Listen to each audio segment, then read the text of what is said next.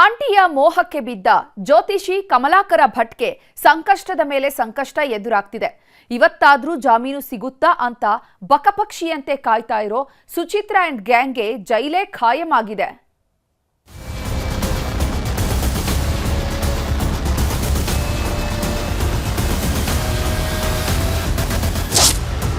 ಕರ್ಮ ಅನ್ನೋದು ಕಾಣಲ್ಲ, ಆದರೆ ಕಾಡುತ್ತೆ ಅಂತಾರಲ್ಲ, ಈ ಮಾತು 100ಕ್ಕೆ 100 ಸತ್ಯ.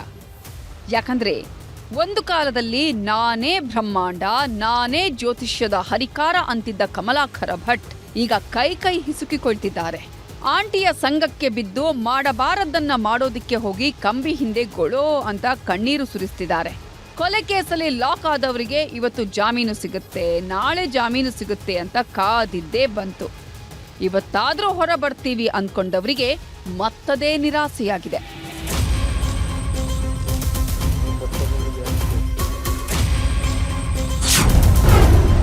ಕೋಮಲೆಯ ಕಮಲಾಕರ ಭಟ್ಗೆ ಮತ್ತೆ ಶಾಕ್. ಜಾಮೀನಿನ ನಿರೀಕ್ಷೆಯಲ್ಲಿದ್ದವರಿಗೆ ಕೋರ್ಟ್ ಬ್ರೇಕ್. ಮಾಡಿದ್ದುಣ್ಣೋ ಮಹಾರಾಯ ಅಂತಾರಲ್ಲ, ಇದಕ್ಕೆ ನೋಡಿ. ಜಸ್ಟ್ 6 ತಿಂಗಳ ಹಿಂದೆ ಕಮಲಾಕರ್ ಭಟ್ ಹೇಳಿದ್ದೇ ದೈವವಾಕ್ಯ ಅಂತ ನಂಬೋರಿದ್ರು.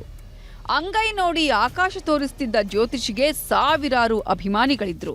ಆದರೆ ಆಂಟಿ ಹಿಂದೆ ಬಿದ್ದಿದ್ದ ಅಡಿಕೆ ಭಟ್ರು ಜ್ಯೋತಿಷ್ಯ ಶಾಸ್ತ್ರ ಮರೆತು ಜಿಂಗಾಲಾಲ ಆಡೋದಕ್ಕೆ ಶುರು ಮಾಡಿದ್ರು. ಕೊನೆಗೆ ಇದೇ ಕುಂಟೆಬೆಲ್ಲೆ ಆಟ ಈಗ ಕಂಬಿ ಹಿಂದೆ ತಳ್ಳಿದೆ. ಆಂಟಿಯ ಮೋಹಕ್ಕೆ ಮರುಳಾದವರು ಕೊಲೆ ಕೇಸ್ನಲ್ಲಿ ಲಾಕ್ ಆಗಿದ್ದಾನೆ. ಫೆಬ್ರವರಿ 3ನೇ ತಾರೀಕು ಉತ್ತರ ಕನ್ನಡ ಜಿಲ್ಲೆಯ ಸಿದ್ದಾಪುರ ತಾಲೂಕಿನ ಅವರಗುಪ್ಪದ ವಸಂತ ನಾಯ್ಕರ ಕೊಲೆಯಾಗಿತ್ತು. ಇದರ ಸೂತ್ರಧಾರಿಯೇ ಈ ಸುಚಿತ್ರಾ ನಾಯ್ಕ್. ಕೊನೆಗೆ ಇದೇ ಕೇಸಲ್ಲಿ ತಾನು ತಗಲಾಕೊಳ್ಳೋದಲ್ಲದೆ ಭಟ್ರನ್ನೂ ಎಳ್ಕೊಂಡು ಹೋಗಿದ್ಲು. ಆಂಟಿಯ ಅಂತರಂಗ ಅರಿಯದ ಭಟ್ಟರು ಕೊಲೆ ಕೇಸಲ್ಲಿ ಬಂಧಿಯಾಗಿ ಕಣ್ಣೀರಿಡ್ತಿದ್ದಾರೆ.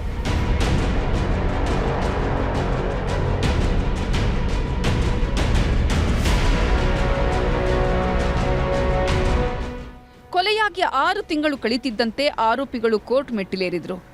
ಜಾಮೀನು ನೀಡುವಂತೆ 1ನೇ ಜಿಲ್ಲಾ ಮತ್ತು ಸತ್ರ ನ್ಯಾಯಾಲಯದ ಮೊರೆ ಹೋಗಿದ್ರು. ಇವತ್ತು ವಿಚಾರಣೆ ನಡೆಸಿದ ನ್ಯಾಯಾಲಯ ಜಾಮೀನು ಅರ್ಜಿಯನ್ನ ತಿರಸ್ಕರಿಸಿದೆ.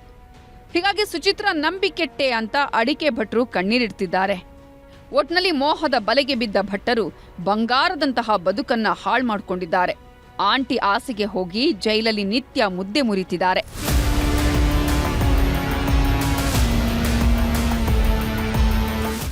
ದರ್ಶನ್ ನಾಯ್ಕ್, ನ್ಯೂಸ್ 18 ಕಾರವಾರ. ಮೈಸೂರಿನ ಅಧಿದೇವತೆ ಚಾಮುಂಡೇಶ್ವರಿ ಸನ್ನಿಧಿಯಲ್ಲಿ ಆಷಾಢ ಮಾಸದ 3ನೇ ಶುಕ್ರವಾರದ ಸಂಭ್ರಮ ಜೋರಾಗಿತ್ತು. ಈ ಬಾರಿ ತಾಯಿ ಚಾಮುಂಡಿಗೆ ಹಸಿರು ವರ್ಣದ ಸೀರೆಯಲ್ಲಿ ಮಹಾಲಕ್ಷ್ಮಿ ಅಲಂಕಾರ ಮಾಡಲಾಗಿತ್ತು. ಬೆಟ್ಟದ ಒಡತಿಗೆ 3ನೇ ಆಷಾಢ ಶುಕ್ರವಾರದ ಸಂಭ್ರಮ. ನಾಡದೇವತೆ ಚಾಮುಂಡಿಗೆ ವಿಶೇಷ ಪೂಜೆ ಪುನಸ್ಕಾರ.